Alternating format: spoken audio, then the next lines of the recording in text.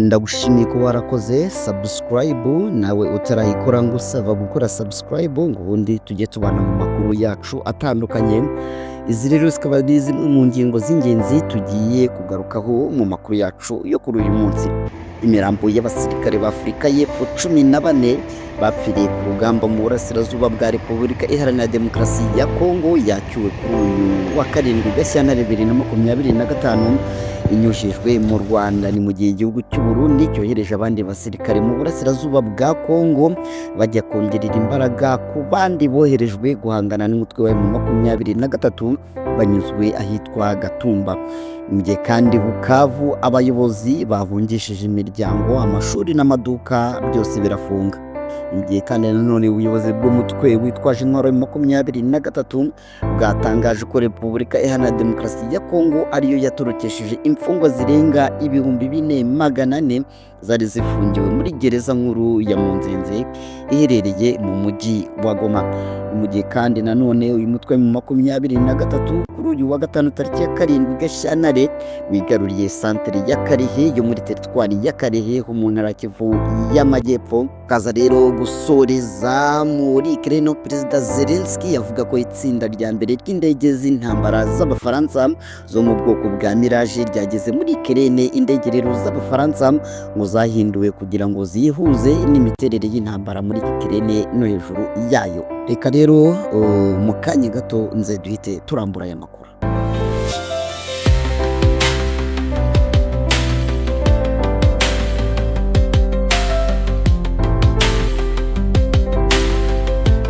Kandi aya makuru tuhere kuri ayavuga ko imirambo y'abasirikare ba Afurika y'Epfo 14 bapfiriye ku rugamba mu burasirazuba bwa Kongo yacyuwe kuri uyu wa 7 Gashyantare 2025 inyujijwe mu Rwanda. Iyi mirambo yanyujijwe ku mupaka munini w'u Rwanda na Kongo uzwi nka Corniche cyangwa se Grande Barriere hagana ku isaha y'isa sita z'amanywa, itwawe n'imodoka z'ubutumwa bw'amahoro bw'umuryango w'abibumbye muri Kongo MONUSCO. Irimo kugezwa mu Rwanda rero imodoka zitwaye iyi mirambo zakomereje ku mupaka wa Cyanika aho zigomba kwerekeza i Kampala muri Uganda mu rugendo ruza gukomeza rujya muri Afurika y'Epfo. Iyi mirambo yari yatangiye kubora nk'uko byemejwe n'umunyapolitiki Julius Malema utavuga rumwe n'ubutegetsi bwa Afurika y'Epfo, aho yavuze ko ari amakuru yahawe n'umwe mu basirikare bari muri Kongo rero icyuwe mu gihe hari bagenzi babo bakiri i Goma babuze uko bahava nyuma y'uko uyu mujyi wigaruriwe na M23. Umuvugizi wa M23 mu rwego rwa politiki yitwa Lawrence Kanyuka yavuze ko abasirikare ba Afurika y'Epfo bari mu kigo cyabo ndetse n'intwaro zabo zose, kandi ko M23 iri kubafasha kubona amafunguro ndetse n'amazi. Aho yagize ati M23 nta mugambi ufite wo kugirira nabi abasirikare ba Afurika y'Epfo bari muri iki kigo cyabo n'intwaro zabo zose. M23 iri kubafasha kubona amafunguro n'amazi, bakwiye gusaba leta yabo kubacyura bwangu. Aba basirikare bari mu kigo bacungiye umutekano M23 kuva tariki ya 27 Mutarama 2025 ubwo abarwanyi b'uyu mutwe bafataga uyu mujyi wa Goma. Mu gihe rero hibazwa byinshi ku butumwa bwa SAMIDRC, aba basirikare ba Afurika y'Epfo barimo kuwa 8 Gashyantare Dar es Salaam muri Tanzania azatangira inama ihuza umuryango wa Afurika y'Iburasirazuba EAC n'uwa Afurika y'Epfo SADC hagamijwe gushaka icyagarura amahoro n'umutekano mu burasirazuba bwa Kongo. Abakuru b'ibihugu bya EAC kandi bagaragaje ko ibiganiro hagati ya leta ya Kongo na M23 ari byo byakemura intambara ihanganishije impande zombi. Aba SADC rero nabo bagaragaje ko bashyigikiye ibiganiro bya politiki. Reka kandi nanone aya makuru tuhite tuyakomeza ko yavuga ko M23 yemeje ko leta ya Kongo yatorokesheje abari bafungiwe muri gereza ya Munzenze. Ubuyobozi bw'umutwe witwaje intwaro M23 bwatangaje ko leta ya Kongo ariyo yatorokeje imfungwa zirenga 4,400 zari zifungiye muri gereza nkuru ya Munzenze iherereye mu mujyi wa Goma.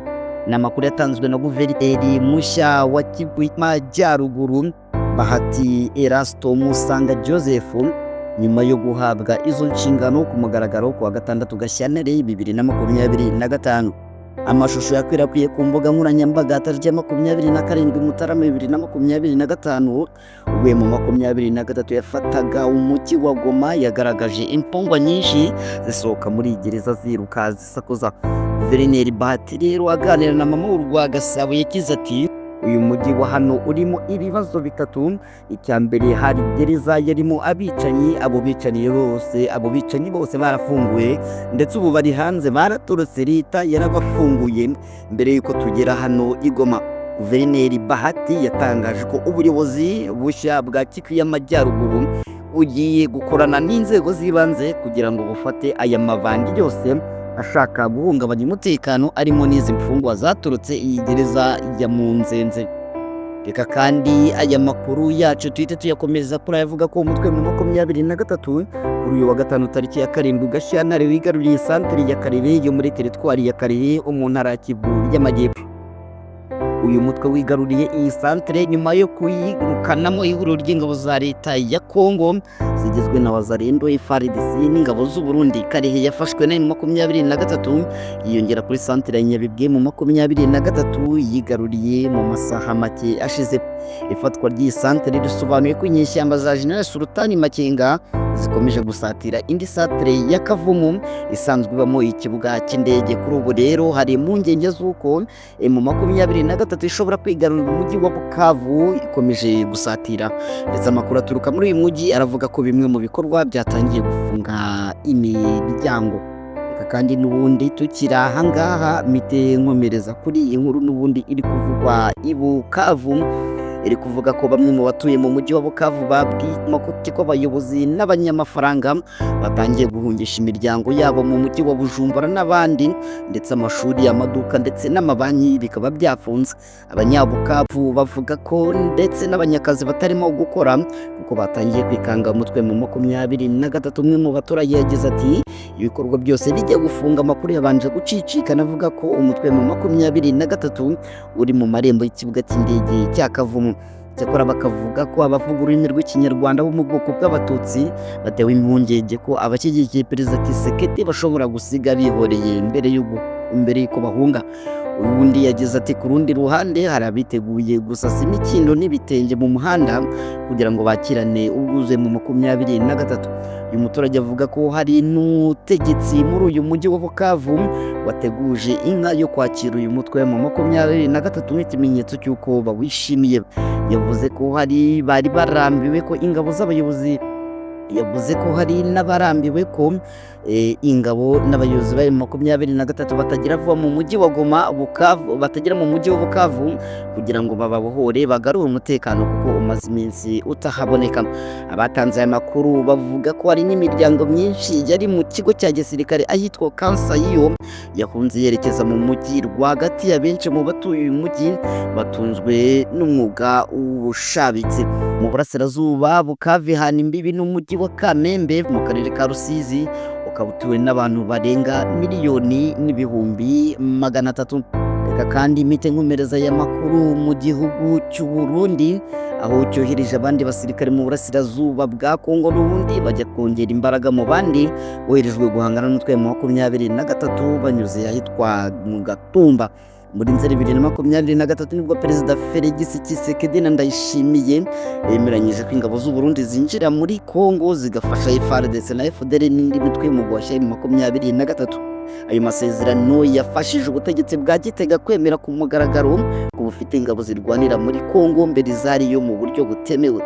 Kuva ubwo rero ingabo z'igihugu cy'u Burundi FDNB zimaze kohereza abasirikare bari hagati y'ibihumbi 8 n'ibihumbi 12. Abo rero barimo abatsinzwe urugamba muri Kivu ya ruguru, ubu birunze mu mujyi wa Bukavu no mu nkengero zayo, ndetse na batayo 5 ziri mu misozi miremire ya Fizi na Uvira.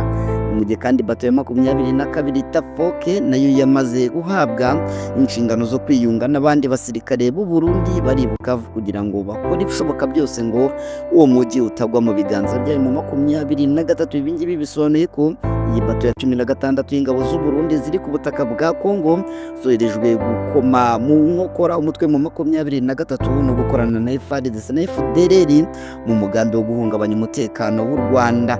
RFI ivuga ko regima y'ingabo z'u Burundi zoherejwe mu burasirazuba bwa Kongo igizwe na brigade enye aho buri imwe igizwe na batayo eshatu yibowe na Generali Posiye Hakizimana uzwi ku izina rya Mingi.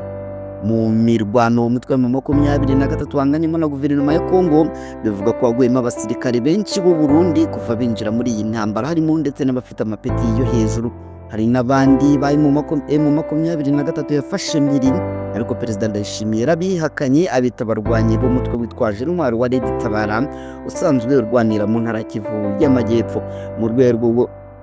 Mu rwego rwo kuziba icyuho cy'abasirikare bapfuye, abakomeretse ndetse n'abasanze kurwana M23, Perezida Ndayishimiye yategetse ko muri Kongo hoherezwa abandi, dore ko bivugwa ko umusirikare umwe yishyurwa amadolari 5,000. Reka aya makuru naguteguriye yiriwe avugwa mu karere ka Afurika y'ibiyaga bigari ndetse no hanze y'umugabane wa Afurika. Nyosoreze Korea avuga ko Ukraine yakiriye inkunga nshya indege z'indwanyi y'Ubufaransa n'Ubuholandi. Perezida Zelensky avuga ko itsinda rya mbere ry'indege z'intambara z'Abafaransa zo mu bwoko bwa Mirage ryageze muri Ukraine. Indege z'Abafaransa ngo zahinduwe kugira ngo zihuze n'imiterere y'intambara yo muri Ukraine no hejuru yayo. Ni kuri uyu wa kane tariki ya 6 Gashyantare 2025 nibwo Perezida Volodymyr Zelensky yemeje ko ingabo zirwanira mu kirere za Ukraine zabonye indege za Mirage 2005F-16 zavuye mu Buholandi. Ni ku mbuga nkoranyambaga Zelensky yagize ati indege za Ukraine zikomeje kwiyongera. Indege za Mirage 2000 za mbere zaturutse mu Faransa zahageze ziyongera ku bushobozi bwacu bwo kwirinda mu kirere. Ndashimira Perezida w'Ubufaransa Emmanuel Macron ku buyobozi bwe n'inkunga ye. Perezida w'Ubufaransa akomeza ijambo rye kandi turabishima. Iyi ni indi ntambwe rero yo gushimangira umutekano wa Ukraine. Minisitiri w'ingabo w'Ubufaransa Sébastien Lecornu nawe yemeje itangwa ry'indege z'indwanyi za Mirage agira ati ziyobowe n'abapilote ba Ukraine bamaze amezi menshi bitoreza mu Bufaransa, ubu bazigira uruhare mu kurinda ikirere cya Ukraine.